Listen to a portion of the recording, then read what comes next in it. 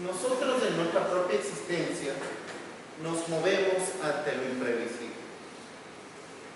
Digo, creo que uno de los filósofos que más impactó con todo esto es Heidegger, que habla sobre la posibilidad posible.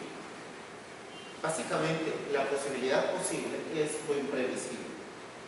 Y una de las cosas que plantean en esto es que hay cosas que no entendemos, que están vinculadas, pero no lo están al mismo tiempo.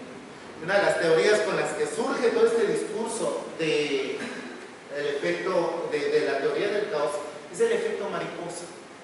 Dice que si una mariposa aletea en el Brasil, puede provocar un terremoto o un tornado en el Japón, y no sabemos por qué. Aquí viene un juego que es muy complejo. Este es de la película La teoría del efecto mariposa. Ahí está Ashton Kutcher cruzándose con esta muchacha a la que decidió no conocer, que es, no sé si vieron la película, muy interesante.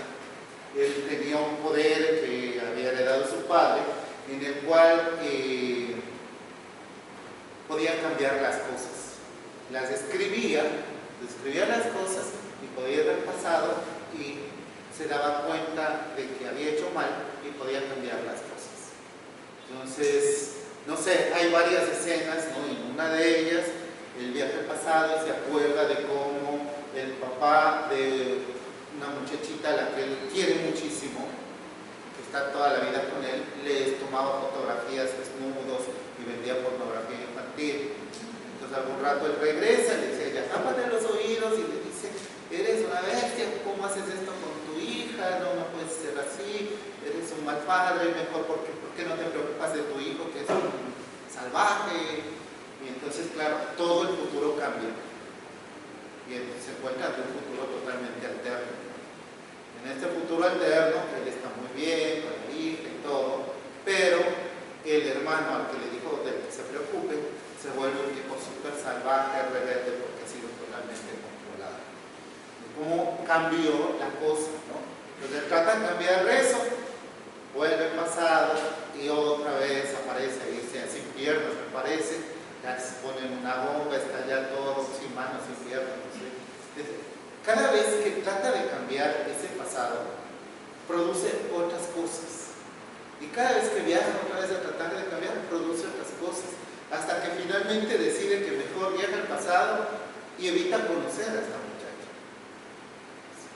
Con eso, pues ahí se cruzan, como que se topan en la calle y se dan cuenta de que algo había, se quedan viendo, pero era como si nunca se conocieran. ¿Cómo podemos cambiar el pasado? Es una de las cosas más interesantes. Esta pregunta es, porque además es como si fuera un efecto mariposa, que a veces uno ni siquiera se da cuenta. Vamos por la vida y nos pasan cosas que nos alteran todo, totalmente. Uno no se da cuenta, claro. De pronto llegas y ves a un tipo actuando en medio de la calle y dices, genial, a mí me gustaría hacer algo así. Y terminas haciendo teatro. ¿Por qué a alguien le gusta la pintura? ¿Por qué a alguien le gusta tocar? Digo, alguna cosa pasó, algún momento en su vida que les cambió la orientación. Podían estar haciendo otras cosas. Es muy probable. Pero algo pasó, algo te tocó, algo te desvió, que a veces ni siquiera te das cuenta, ¿no? Llegaste tarde a donde tenías que estar y se perdió toda la oportunidad. Llegó alguien antes. O alguien dio otro discurso y dijo otra cosa y de pronto lo aceptaron a él y no a ti. No sé, a veces hasta cosas más interesantes, más complejas, de pronto, si no se hubiera creado esta universidad, no hubieran estado. ¿Qué estuvieran haciendo? O sea, fue necesario que haya la decisión de ahí de un tipo que dijo, no, es que necesitamos una universidad de las artes en Guayaquil, ¿no? Que va a ser en Guayaquil, a nadie se le hubiera ocurrido. Se necesitó de esas cosas para que ustedes estén aquí. Y así todo el tiempo, ¿no? Uno no se planea muchas cosas, es como que se presenta. Y es un poco eso, lo imprevisible. La vida va dándose a partir de cosas imprevisibles, ¿no? Conoces a alguien, te pones loco, y sí, me encanta, lo amo, la amo. La vida cambia. Y después llegas y voy a tener un hijo, me voy a dedicar a trabajar, voy a mantenerlo, quiero ser un padre responsable, no como ustedes. Me vas así, te va con el reclamo a los padres, ¿no? Voy a ser un padre responsable, no como ustedes. Voy a trabajar, voy a dejar la universidad un tiempo. Ese un tiempo es para siempre. Claro, o sea, pasan cositas así, basta que un espermatozoide se cole y se cambió la vida. No solo la del espermatozoide, sino de todos alrededor. Porque es un niño, un bebé, todo. Pero es como esa cadena de cosas que van alternándose, de cosas que a veces son así. ¿Y qué bastó para eso? Bastó que te cruces con alguien y le sonrías en la calle y de pronto se desató todo lo demás. Así que, qué bonita está. Ya. Sí, me gusta, está guapo. Ya, cambió la vida. Con ese me gusta. A veces no me gusta tanto, pero ya que. Y ya que. Ojo, tiene que ver con esas cosas que son así como casualidades. Y es obvio, ¿no? Por eso decía Heidegger, tiene mucho que ver con eso. Porque él dice, siempre hay una gama de posibilidades en nuestra existencia. Siempre tenemos una gama de opciones de hacer cosas. Pero en medio de ellas, además, siempre está una posibilidad constante, que es la posibilidad de morir. Porque ese es el otro conflicto, ¿no? O sea, la muerte no es un destino.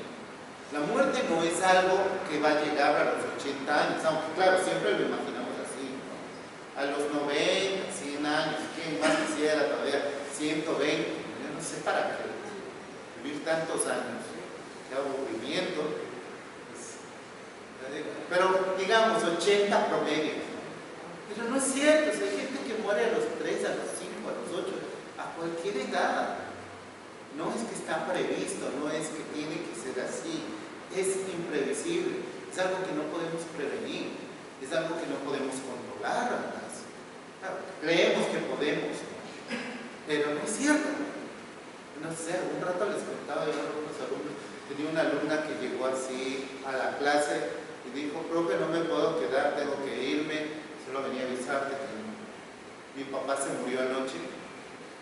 Llegó a la noche, se comió un atún, estaba mal, amaneció muerto. Un atún en tu casa, digo, no dices, vas, abres una lata y te comes un atún y te mueres. ¿Qué certeza tienes de nada?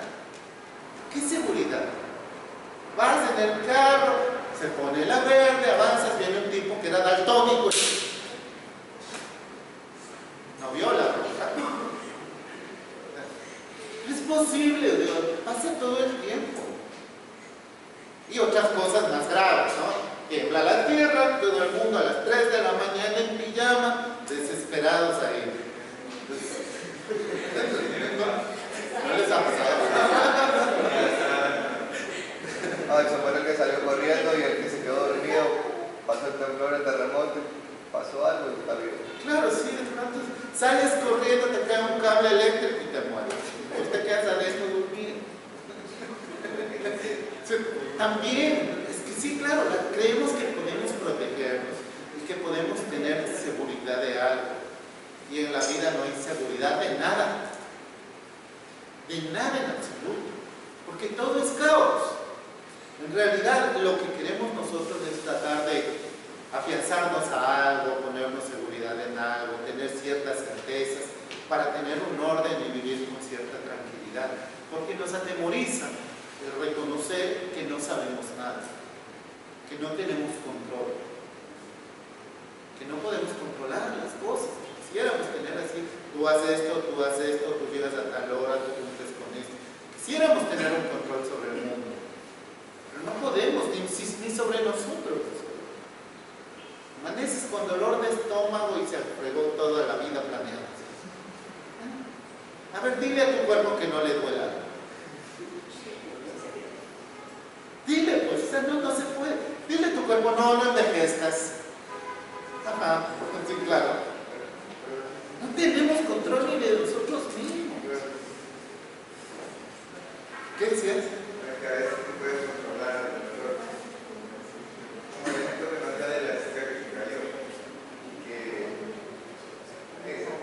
Claro, pero también es como esa ilusión, es como el juego de yo a nivel mental puedo controlar cosas, hacen eso algunas religiones y algunas formas de pensamiento, especialmente orientales, no sé, los sacerdotes Shaolin, los lamas, con esa noción de yo tengo control sobre mi cuerpo, que es por lo menos sobre eso que deberíamos poder tener control. Pero claro, cuando ya no te aguantas y estás con ganas de hacer pipí, a ver si puedes controlarte, ¿no? Ya vengo, permiso, voy al baño. Eso de la atracción, que dice que las personas atraen lo positivo y lo negativo, que está desde el inicio de la Tierra, que siempre como que los seres humanos han necesitado creer en algo para atraer lo bueno. Pero no es que para atraer, en realidad sí necesitamos creer en algo. Siempre hemos necesitado creer en algo. Eso es parte del juego del orden. El problema es que...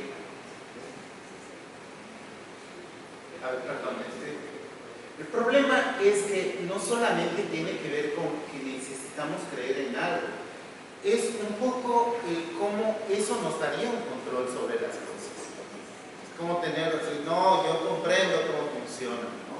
E incluso hemos llegado a creer, bueno, yo tengo la idea de Dios y Dios sabe por qué hace las cosas. Posiblemente yo no llegue a comprender eso, pero le estoy atribuyendo a esta deidad superior la posibilidad de tener una conciencia y saber por qué. Entonces, no sé, porque Dios quiere, ¿no? Claro, llegas a esa visión de porque Dios quiere. Pues claro, yo ya no tengo el control, pero se lo adjudico a este ser superior en el que puedo creer. Confío en Él. Confío en Él y en muchos sentidos confío en Él. ¿Qué sé yo? Por ejemplo, hay algo que sea previsible, hay un destino. Hay el destino. ¿Creen en el destino? ¿Alguno? ¿Sí? ¿No? ¿Alguien ve su horóscopo? ¿No? A mí se me hace maravilloso leer el horóscopo. Siempre que puedo lo leo. El mío, ¿no? Pero a veces acierta. Es que ese es el juego, ¿no? Pero además a veces acierta de tales formas que no puede ser. O sea, en realidad sí me conocen. O sí saben algo de mí que yo no sé. Te recomienda cosas y dice, va a pasar esto. Y coinciden, no sé, pero es más bien como ese juego de coincidencia. O posiblemente es como tú haces una interpretación de eso para que coincida con lo que te está sucediendo. Porque claro, cuando no pasa nada, ni siquiera lo tomas en cuenta, ¿no? Pero cuando coincide, y si dices, no, sí, me dio en el ojo, sí, me dio en el clavo, pero tiene que coincidir.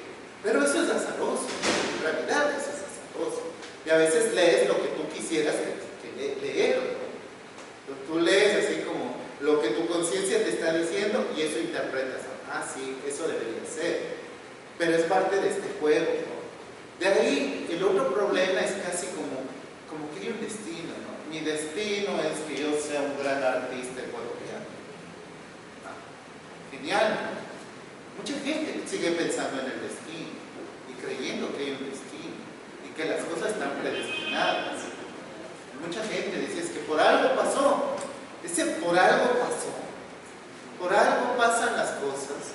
Es como si hubiera una autoconciencia que está rigiendo tu vida y que pone un orden a esa existencia y que tiene además una conciencia de lo que va a venir y de lo que va a suceder y por qué suceden las cosas. Como si las cosas tuvieran un porqué. Aquí el conflicto es ese, ¿no? Siempre hemos pensado en esta noción casi kármica, que además, ojo, el karma es una teoría oriental, de Oriente, que plantea que las cosas tienen una acción y una reacción. Es decir, que todo tiene y es consecuencia de algo. Todo está enlazado, pero tiene que ver con ese está enlazado. Hay un vínculo entre las cosas, pero que no siempre es ley. Ojo, y ese es uno de los problemas, ¿no? Se ha tratado de entender el karma como una ley, la ley del karma. Entonces, claro, algo sucede y eso tiene una reacción. Pero esa visión también es muy extraña, sumamente extraña, porque no siempre es así, porque no siempre pasan esas cosas. Les ponía un ejemplo ayer, te dicen, si fumas te va a dar cáncer. Gente que fuma y no le da cáncer. Y hay otros que en su vida han fumado y se mueren con cáncer. Eso no es karma. ¿Ah? Eso no es karma. Claro, se supone que sería como una causa y un efecto. Tú fumas y eso tiene un efecto, ¿no? Te produce una enfermedad, entonces hay una cuestión karma. Tú estás haciendo una acción torpe, que es el fumar, que sabes que eso te hace daño, que te puede matar, que te puede dar cáncer, y a pesar de eso lo haces, fumas, y eso va a provocar una reacción de cáncer. Entonces eso sería como karma, ¿no? Es un karma. Y tiene que ver además con otros comportamientos que a veces no tienen sentido. Es como, si tú eres mala persona, al final vas a ser castigado por la vida.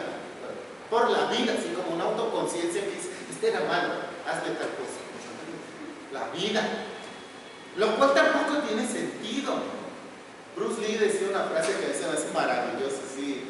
Él decía, el pensar que te va a ir bien en la vida porque eres buena persona es tan absurdo como creer que un tigre no te va a comer porque eres vegetariano. Tiene mucho sentido, Dios. Ah, no, este es vegetariano, ni le come ni le toque, no respeta a los animales. Sería absurdo, ¿no? ¿Cómo?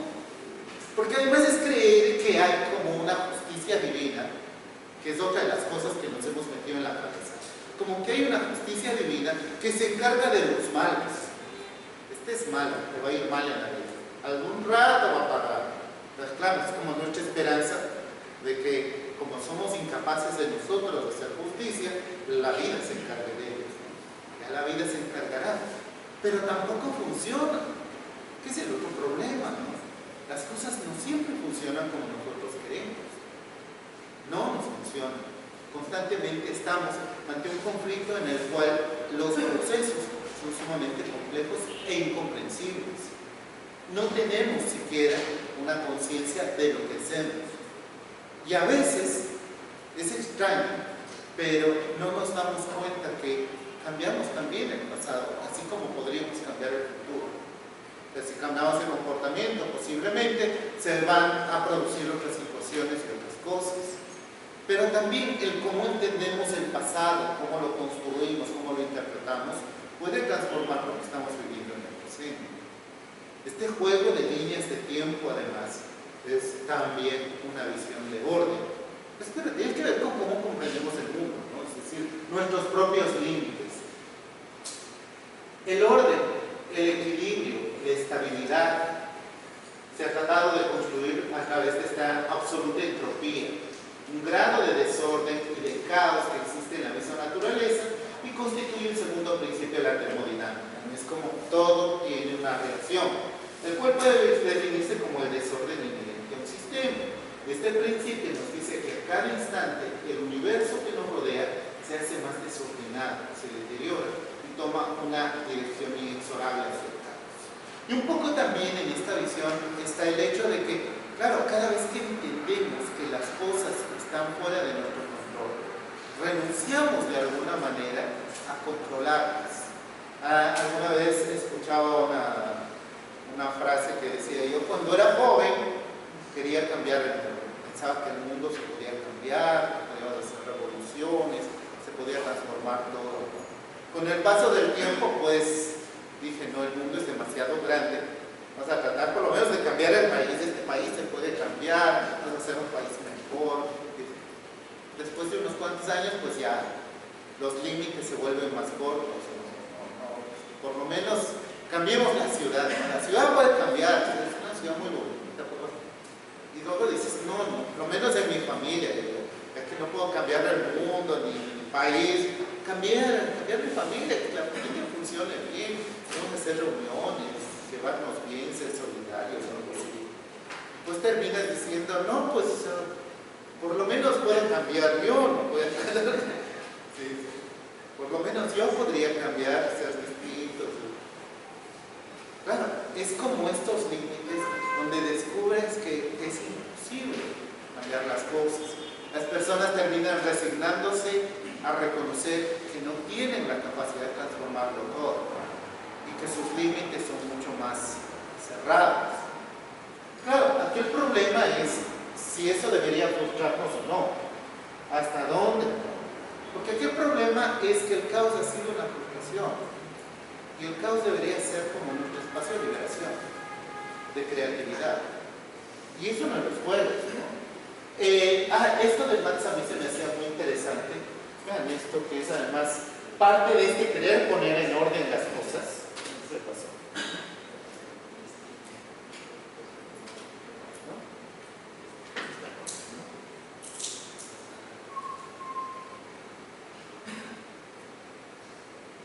Y que ha sido algo que se llama la teoría de los fractales. Claro, esto tenía que ver con cómo algo se subdivide, se subdivide, se subdivide y va creando una cantidad casi incomprensible de cosas. Esto también además es una búsqueda de poner orden a las cosas. Igual, sigue siendo una búsqueda. Comenzaron a trabajar con una cantidad de posibilidades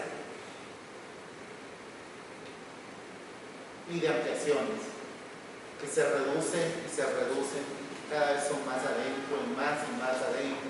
No sé, por ejemplo, es como esta teoría del átomo, ¿no? El átomo, según los griegos, era lo más pequeño que puede existir, lo indivisible. Y después descubrieron que el átomo tenía protones y electrones, es decir, sí era divisible. Y después se descubrió que en el núcleo de este átomo había neutrones y protones, no más, que eran cosas mucho más pequeñas. Y después se descubrió además que en ese núcleo había además cuantos. Los cuantos son unas cosas que no se entiende bien qué son, que no se sabe qué son, porque no se pueden estudiar. Se dice que se equivocaron, al principio pensaron que eran 6, después descubrieron que solo eran 3, pero que además aparecen y desaparecen, sin ningún orden estable. Solamente están ahí o no están. A veces están porque alguien los puede ver, o desaparecen porque alguien los está queriendo estudiar. Pero si alguien los quiere ver, ya no están. Y es muy extraño, ¿no? Es como si fueran conscientes y tomaran decisiones. Pero además, la conclusión a la que llegaron los científicos respecto a los cuantos es que no se pueden estudiar.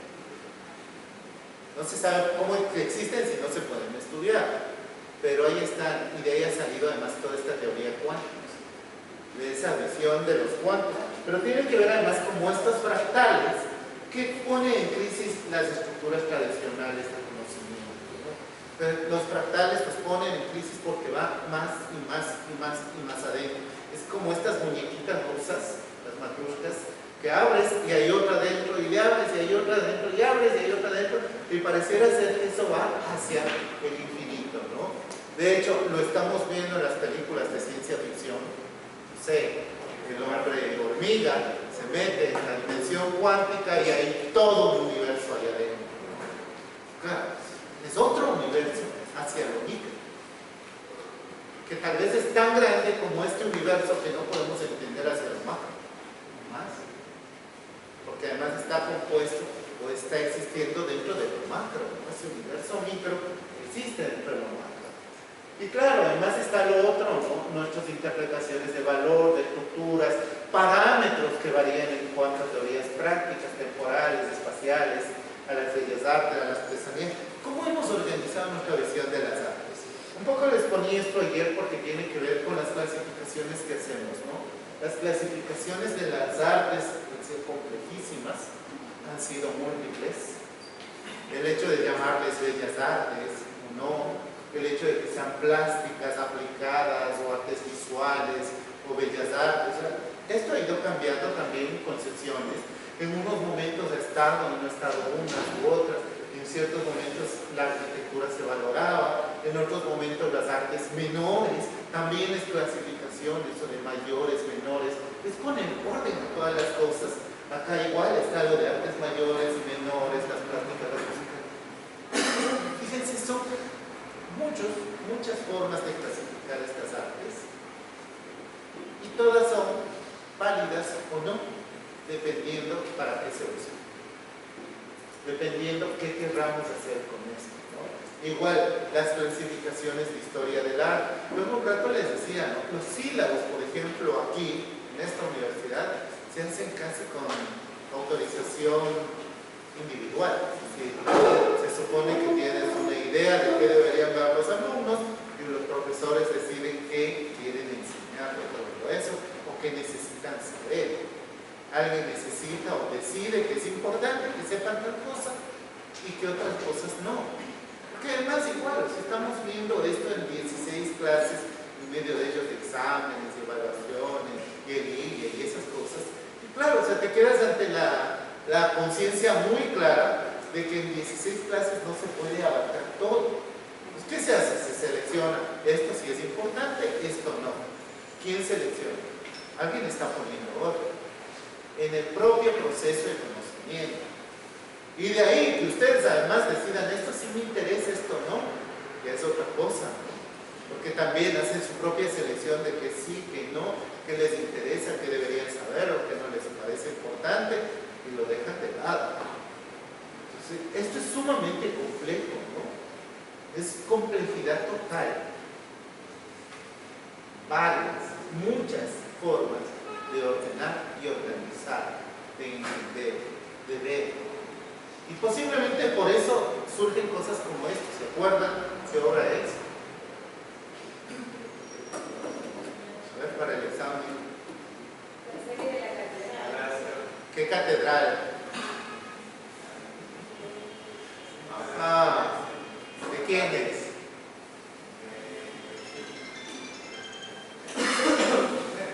¿Ah? Monet, Claude Monet, la catedral de Rouen.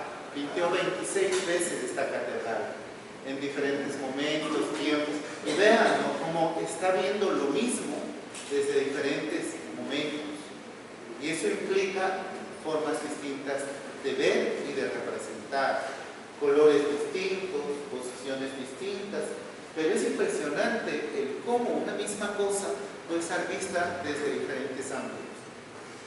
Lo mismo con la teoría, lo mismo con la historia, lo mismo con todo. De alguna manera, con todo entramos en esos procesos. Y bueno, esto ya lo hemos visto a lo largo de la clase, pero a mí me parece interesante cómo vamos aquí. Vean esto se me hace sumamente interesante. Esto es casi azaroso, ¿no? Observa esta bola rodante. ¿Cómo podemos tener control de las cosas? ¿Puedes adivinar dónde estarán en los segundos? Desde luego, continúa en línea recta. Así. Esta predicción fue fácil.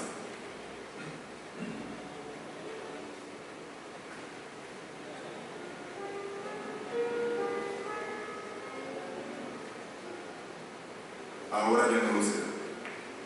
Alto. Y de ahí, Claramente, la bola chocará con la orilla de la mesa de billar. ¿Cómo se moverá después? Un matemático puede calcular la posición futura de una bola en función de esto. Esto ya es un logro científico.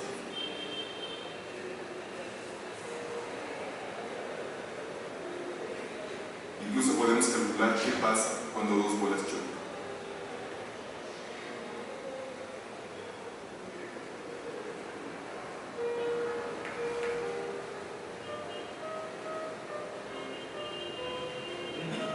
Gradualmente, la idea del determinismo se ha impuesto en las ciencias. Si conozco la situación ahora, debería, en principio, ser capaz de determinar la situación dentro de unos momentos.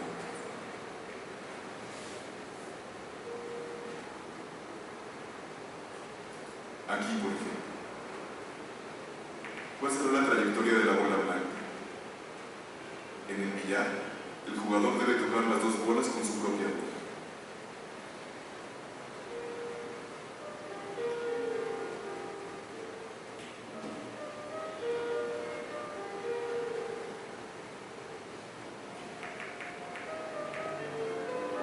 Nada mal.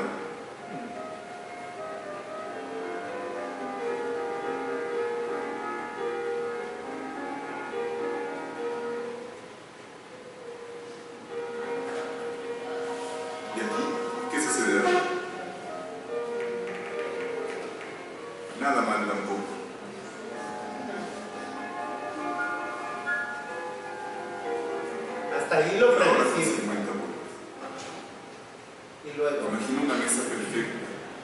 las bolas ruedan sin fricción. Cuando el taco golpea la bola blanca, el movimiento es complicado.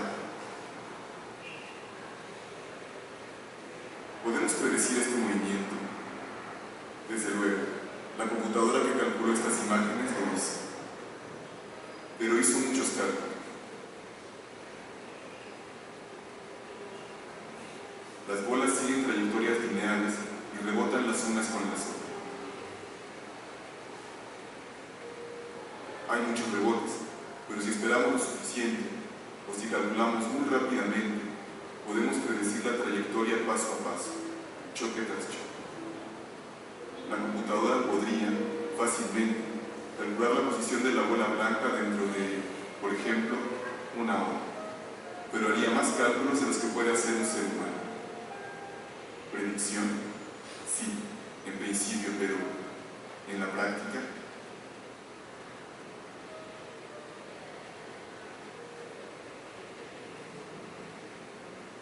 Movamos una bola unos centímetros.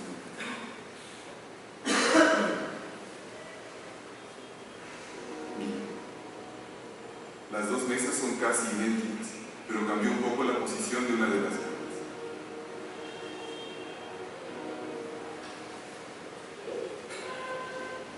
Cuando golpeamos la bola blanca, el movimiento de las dos mesas empieza de la misma manera. Pero poco después, no mucho, las trayectorias se vuelven completamente diferentes.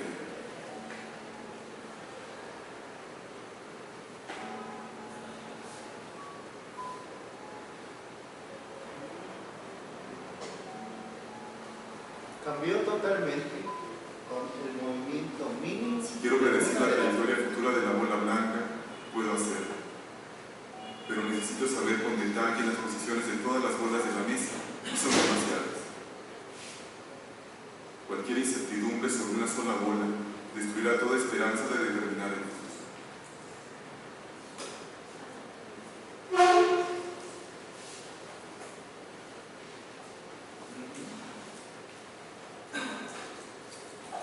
Y entonces uno se pregunta, 7 millones de personas en el universo, ¿cómo podremos tener certidumbre de que alguno no haga alguna cosa distinta? ¿Quién podría tener una certeza de lo que va a pasar? Claro, hay un cambio en las condiciones iniciales y eso altera todo el comportamiento. De pronto, vino un señor y decidió, voy a poner esto como obra de arte. Y cambió toda la historia del arte. Con una acción imprevisible. Él jamás imaginó que todo esto que ha pasado en el siglo XX iba a suceder después de que él hiciera esa acción. Cualquier cosa, por mínima que sea, puede alterar totalmente el resultado, el futuro. Lo que venga, no se puede predecir. Y nos confrontamos constantemente a eso.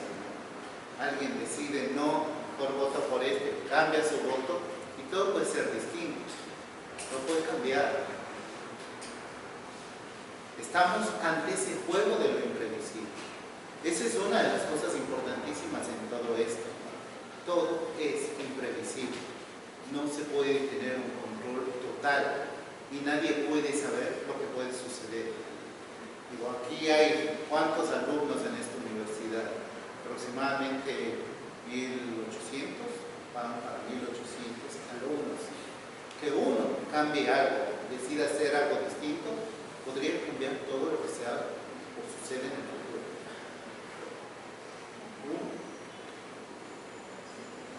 Entonces, claro, es parte de eso, ¿no? Lo imprevisible. Todo lo que puede suceder, estamos sometidos al caos, no sabemos qué va a suceder. Claro, uno decide y piensa, claro, haciendo esto va a cambiar, va a suceder otras cosas. No necesariamente. No porque exista la Universidad de las Artes ya va a cambiar el arte en el Ecuador, pero podría. Si es que alguien mueve cosas o decide hacer algo distinto y diferente. Ante eso nos estamos encontrando, ¿no? la imposibilidad de definir los sistemas. Voy a avanzar un poco más, perdón. Y quería meterme en este juego. En este juego que además se me hace muy importante. Ya voy cerrando con esto para no alargarlo mucho y para además revisar lo del examen, ¿no? Aquí hay un filósofo argentino-mexicano, Enrique Dussel, que a partir de un libro que se llama Posmodernidad y Transmodernidad, que lo escribe a fines del siglo XX, 1999, plantea que a partir de algo que llama la filosofía de la liberación, se puede hacer una reflexión sobre la identidad latinoamericana. Y entonces él plantea que puede haber algo a lo que llama teorías transmodernas, que son las que vienen fuera del tercer mundo. Es decir, en el primer mundo se había metido un debate entre lo moderno, y otros decían ya se acabó lo moderno, está lo posmoderno, y entonces entraron en este juego, ¿no? Aquí este filósofo comienza a hablar y dice, es que acá nosotros tenemos comportamientos totalmente diferentes, porque mucho de lo que se dice que es posmoderno, acá ya se vivía. Y claro, además siempre estamos tan influenciados por la modernidad, que aquí como que ha estado conviviendo la modernidad y la posmodernidad, incluso desde antes de que exista posmodernidad como concepto, ¿no? Entonces, las bases del discurso posmoderno aquí se aplicaban. La apropiación, por ejemplo, que era copiar cosas, apropiarse de cosas, eso ya se había dado desde la colonia, ¿no? Era muy natural el copiar cosas o querer hacer arte como los europeos, ya desde la colonia, ya se había vivido eso, pero ahora eso era parte del discurso posmoderno. El desencanto, pues aquí lo vivimos, todo el desencanto lo tenemos acá, ¿no? Todo el desencanto posmoderno, acá ya lo vivimos. Entonces, claro, él comienza a tratar de incorporar y dice, pero es que esta es como una vía alternativa, ya lo teníamos. A esto le llama la transmodernidad, es decir, con la suma de lo premoderno, de lo moderno y de lo posmoderno. No es un prefijo milagroso, no es un anhelo de multiculturalismo, no es síntesis de modernidad y premodernidad, sino de la modernidad y la posmodernidad. Constituye la descripción de una sociedad globalizada, rizomática, tecnológica, que es dada desde el primer mundo, enfrentada a sus otros y a la vez que los penetra y asume. Y en segundo lugar, el esfuerzo por trascender esta clausura envolvente y relativista, etc. Entonces aquí comienza un juego que es muy interesante, ¿no? La visión del discurso totalizante que se había desarrollado era de globalizar al mundo, la globalización. La visión del discurso de lo posmoderno es de volver al mundo algo global. Claro, es también como extender sus negocios a todas partes, vender en todas partes, pero en medio de eso, claro, nosotros vivimos con un montón de tradiciones. Y entonces aquí viene un juego que es complejo, ¿no? Venía la noción de lo global tratando de imponerse a las cosas locales. Entonces hay una lucha entre lo global y lo local. Y entonces pues, es muy raro, ¿no? Pero vienen, qué sé yo, Kentucky Fried Chicken, ¿no? Y se impone que van a comer este pollo que hizo el Kentucky, ¿no? El coronel, ¿no? Que hizo el coronel, y ahí está, ¿no? Y bueno, en medio de eso, por supuesto, comienza a tratar de entenderse que la gente no siempre come como lo hicieron allá. Y entonces tratan de hacer adaptaciones, ¿no? Con la ensalada de col y mejor con papas fritas. En algunos lados lo venden con mote. O con menestras. Sí, claro, tienes menestra para el Kentucky. Puede ser. Entonces vienen estos juegos de adaptación constantes. A eso le llama esta teórica que estamos mencionando, que es la que trabaja todo esto. Ella se llama Rosa María Rodríguez Mata, es una filósofa española, y ella habla de que esta mezcla entre lo local y lo local constituye algo a lo que le llama lo local. La mezcla de lo global, lo global y lo local, ¿no? Ofreciendo un panorama no post ni multi, sino trans, es decir, donde las culturas se cruzan, ya no son postmodernas, no son multimodernas, no son multiculturales, sino se atraviesan. Recuerden que muchos de los discursos que se están viviendo en nuestros procesos de conocimiento tienen que ver con este discurso de lo trans. De hecho, aquí tenemos un departamento trans, que es una de las cosas además sumamente interesantes, que pretende además atravesar las artes y no hacer que sea una arte aquí, otra acá, el cine por allá, sino que comiencen a convivir varias artes, porque finalmente lo que se está haciendo es tratando de sumar, no de restar, y entender además que hay una cantidad de posibilidades de mezclas caóticas en muchos casos que no tienen un orden rígido. A pesar de que la estructura de la universidad sigue siendo muy tradicional, la escuela de cine, la escuela de música, la escuela de teatro, la escuela de artes visuales, es como muy tradicional, muy del siglo XIX. Pero a pesar de eso, hay como esta vertiente que plantea, pueden cruzarse, pueden colaborar, pueden hacer cosas conjuntas. Los de teatro pueden colaborar con los de música y pueden pedir cosas a los de literatura, y de pronto ahí todo el mundo puede comenzar a aportar en un discurso trans, atravesando cosas. Incluso, ¿no?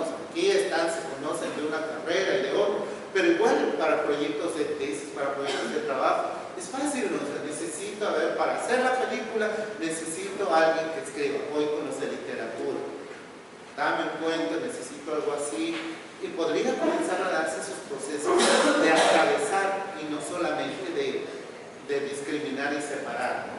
Entonces, en ese sentido, por supuesto, esto tiene que ver con un discurso sumamente interesante que va más allá del discurso de lo postcolonial, que es un discurso además muy raro. No podemos hablar de postcolonial porque seguimos siendo colonias. ¿Cómo que post? Nosotros somos colonia. Miren, ¿qué comemos? ¿Qué vemos en la televisión? ¿Cuál es nuestra moneda? ¿Cómo vivimos? Somos totalmente colonia de Miami, de Estados Unidos. Nuestro estilo de vida aquí es totalmente mayamesco. Nuestra moneda es el dólar, o sea, ya eso ya es el colmo. Nuestra moneda es el dólar y comemos hamburguesas, no sé, McDonald's, Kentucky, tomamos Coca-Cola. Díganme si eso no es parte de un discurso de colonialismo. Y aspiramos a vivir como en Estados Unidos, vemos los programas de televisión de Estados Unidos y estamos enterados de todo lo que está pasando a nivel global. Eso es ser una colonia. Entonces, es como que postcoloniales, en absoluto, ¿no? Aquí el discurso tiene que apostar por lo transcultural y seguramente por lo local. Pero esto es caos. Porque aquí no hay orden alguno. Se está tratando de entender un conflicto y una situación, pero en general eso es caos. Y posiblemente podría terminar con estos cuadros que los veremos posteriormente en la clase, que se me hacen sumamente interesantes, y esto, ¿no? Que es parte de nuestros pueblos. Es decir, ¿dónde está el orden de lo real? ¿Qué es la realidad? ¿Qué es lo que debe ser? Aquí nos encontramos con la silla, que no sé si es una silla, a menos que tenga un acceso sensorial a la silla, que es esto, pero no sé si esto, que es acceso sensorial, experiencia fenoménica, es la silla, a menos que tenga esto, que es la definición intelectual de lo que es la silla, el conocimiento teorizado de la silla. Entonces, claro, esto solamente existe a partir de esto y esto existe a partir de esto. Pero esto, sin esto, no es lo que dice ellos. Sin esto no existen, es decir, los tres se requieren. Y es también como tratar de ponernos en orden. El lenguaje es parte de nuestra estructura de orden, de nuestra estructura de conocimiento. Aquí entramos en crisis cuando nos damos cuenta que todo es arbitrario, que la silla podría llamarse como cualquiera que pueda llamar, que no tiene que ser, ese es su nombre, que el concepto es algo impuesto y que puede ser revisado, repensado, reconstituido y se puede cambiar, que la silla podría ser de otra forma y no tiene que ser exactamente así, que posiblemente viene un diseñador y se inventa otra idea sobre silla, y es posible, ¿por qué no? Solamente así se dan los procesos de cambio. Lo importante aquí es que nos cuestionemos la posibilidad de actuar sobre esa realidad para provocar esos procesos de cambio. Hasta ahí por ahora. Vamos a dejarlo ahí. Creo que ya